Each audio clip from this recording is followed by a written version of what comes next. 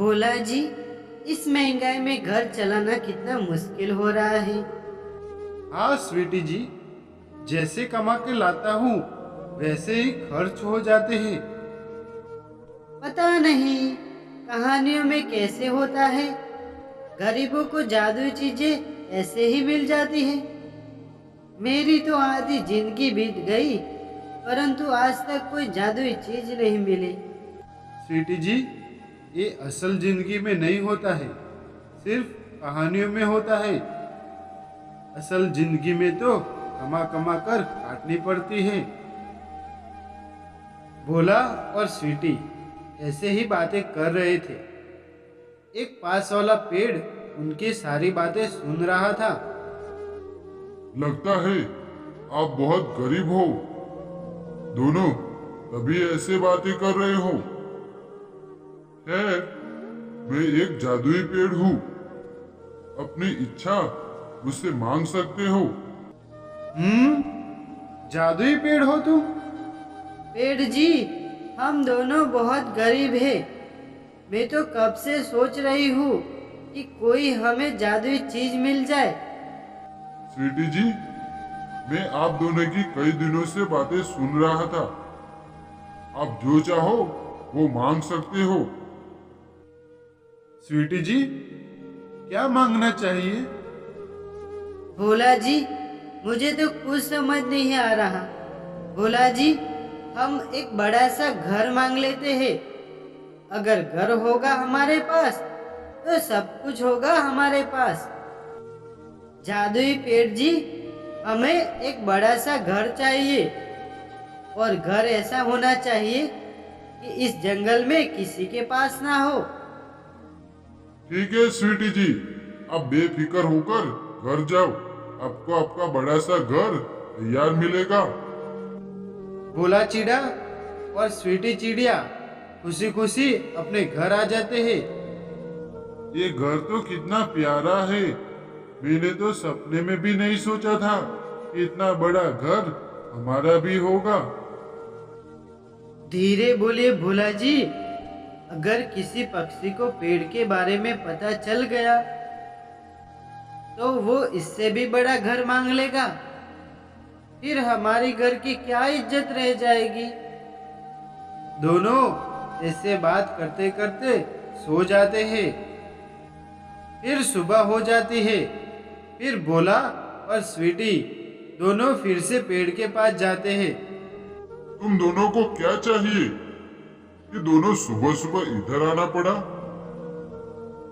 पेड़ जी, आपने हमें बड़ा घर तो दे दिया, लेकिन हमारे पास पैसे भी नहीं है। आप हमें ढेर सारे पैसे दे दो। ठीक है स्वीटी जी, मैं अभी आपकी इच्छा पूरी करता हूँ। पेड़ सिक्कों से भरा मटका स्वीटी को देता है। सोने के सिक्के पाकर स्वीटी बहुत खुश हो जाती है और उसे लेकर दोनों घर आ जाते हैं। भोला जी, हमें अब जिंदगी भर कुछ कमाना नहीं पड़ेगा। पेड़ ने तो हमारी सारी समस्या दूर कर दी। हाँ स्वीटी जी, अब हम सारा दिन आराम करेंगे। भोला जी, अब तो हम जंगल के राजा बन गए। इस जंगल में हमारे जितना कोई अमीर नहीं है।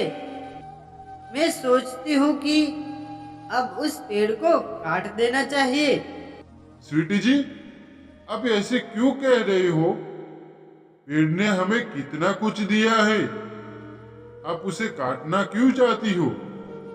भोला जी, सोचो सोचो जरा, अगर किसी और पक्षी को ये जादुई पेड़ मिल गया तो वो हमसे भी बड़ा अमीर बन जाएगा। तो हमारी क्या वैल्यू रह जाएगी इस जंगल में। नहीं स्वीटी जी, आने वाले समय में हमें पेड़ की जरूरत पड़ सकती है। लेकिन स्वीटी भोला की एक बात नहीं सुनती और कुल्हाड़ी लेकर जादुई पेड़ को काटने चली जाती है।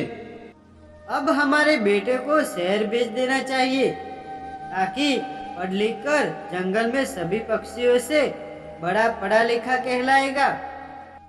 मम्मी, मैं शहर नहीं जा रहना चाहता। मेरा आपके बिना मन नहीं लगेगा। बेटा, आप कुछ बन जाएंगे, इसीलिए तो आपको दूर भेज रहे हैं। और आपको हमारी याद आए तो हमें फोन कर लेना। फिर चिंटू को ढेर सारे पैसे देकर शहर भेज देते हैं। चिंटू की दोस्ती वहां पर अमीर पक्षियों से होती है। वो अपने नए दोस्तों पर बहुत खर्चा करता था। चिंटू, आज की पार्टी गजब थी। ऐसी पार्टी हमें किसी ने नहीं दी। चिंटू ऐसी पार्टी करने के लिए अपनी मम्मी पापा से झूठ बोलकर पैसे मंगवाता था। एक दिन हादसे में स्वीटी का पंख कट जाता है। स्वीटी जी, हमने अपना घर बेचकर चिंटू को सारे पैसे दे दिए थे। चिंटू कब वापस लौटेगा बड़ा पक्षी बनकर? भोला जी, मैं फोन करती हूँ चिंटू को कि कब वापस आ रहा है वो। चिंटू बेटा, जल्दी से घर आ जाओ। मेरा पंख टूट गया है, अब आपकी जरूरत है। मम्मी, पंख टूट गया है। मेरा वहाँ क्या काम है?